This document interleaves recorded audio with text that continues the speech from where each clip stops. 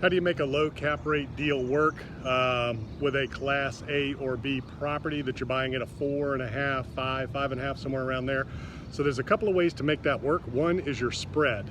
You're borrowing money at 3.5 to 3.9 right now, and you're paying a 4, 4.5. So you've got a point spread there.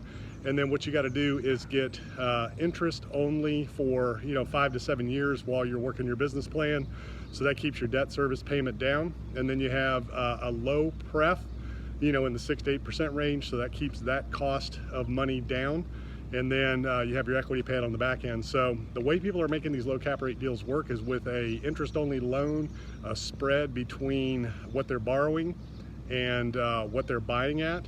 And then they keep the pref low on the front end during the value add process. Now, here's the big key, the big takeaway I want you to understand.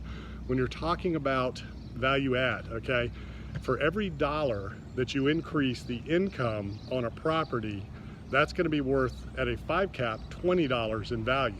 So it doesn't take a huge move over a large number of units to really substantially increase the value without doing anything.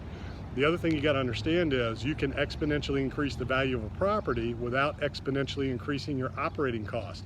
So if you buy a Class A, Class B asset, your operating costs are going to be pretty much fixed at a certain level.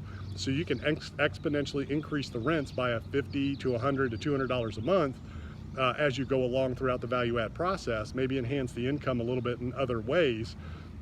But just the rent increase alone is not going to increase your operating expense. So that is straight up value add appreciation. Now, this is a speculative move. It is speculation. It's not something that that you can guarantee or bank on or count on. So you really got to study the rents in the area and determine if you can increase rents a little bit. But if you've got 1,000 units and you increase the rents by $10 a month across all those units, that's $10,000 a month, $120,000 a year at a 5 cap. That's a significant increase on the value of a property. You'll have to do that math. I don't have my calculator open, but it's several $1 million that you're going to increase the value of a property simply by increasing rents over a large number of units, and it does not increase your operating costs. So that is how you make a low cap rate property work.